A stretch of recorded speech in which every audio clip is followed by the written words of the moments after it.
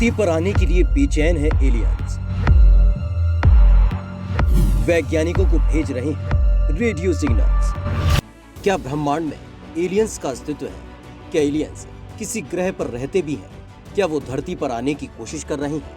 दोस्तों, सवाल कई हैं जिनके जवाब वैज्ञानिकों से लेकर हम सभी जानना चाहते हैं। वैसे भी दुनिया में वैज्ञानिक जब भी एलियंस की बात करते हैं या उनसे जुड़ा कोई भी रिसर्च सामने आता है तो पूरी दुनिया के कान खड़े हो जाते हैं, क्योंकि एलियंस से हर कोई नाता बनाने को बेताब दिखता है। और अब जो खबर वैज्ञानिकों ने दी है वो हर किसी को हैरान करने वाली है, क्योंकि वैज्ञानिकों को एलियंस लगातार रेडियो सिग्नल भेज रहे हैं। ये बात जैसे ही सामने आई, हर कोई रोमांचित हो रहा है। पिछले कई दिनों से वैज्ञानिकों को एलियंस के संदेश मिल रहे हैं।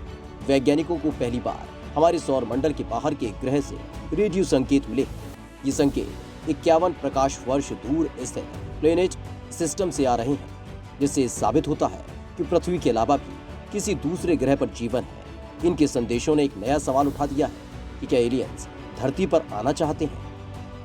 वैज्ञानिकों को पहली बार तगड़े रेडियो संकेत। वैज्ञानिकों ने बताया है कि नीदरलैंड स्थित रेडियो दूरबीन ने लो फ्रीक्वेंसी एरे यानी लूफर का इस्तेमाल कर टाउ बूट्स तारे के सिस्टम से आ रहे रेडियो संकेतों का पता लगाया है।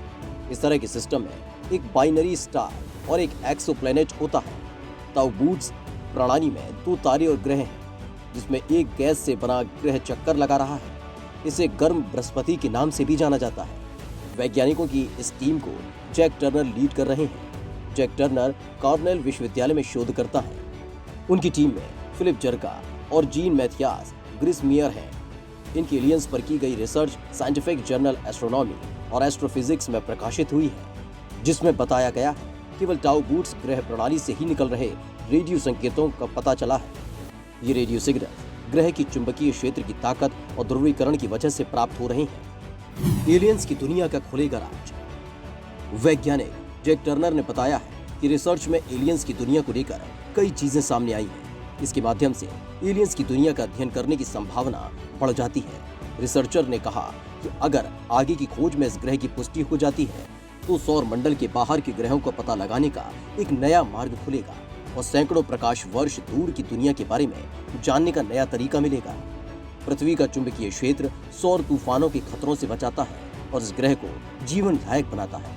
टर्नर ने कहा कि सौर मंडल के बाहर के ग्रह पर पृथ्वी जैसी चुंबकीय क्षेत्र संभावित जीवन योग्य अवस्था में योगदान दे सकता है, क्योंकि ये उसके वायुमंडल को सौर तूफान और ब्रह्मांड के घातक किरणों से बचाता है और ग्रह के वायुमंडल को नष्ट होने से रोकता है। 2 साल पहले टर्नर और उसके साथियों ने बृहस्पति ग्रह से आ रहे रेडियो संकेतों का अध्ययन किया था और उसी तरह के संकेत सौर मंडल के बाहर के ग्रह से आने से अनुमान है कि वो भी सौर मंडल के बृहस्पति ग्रह जैसा होगा।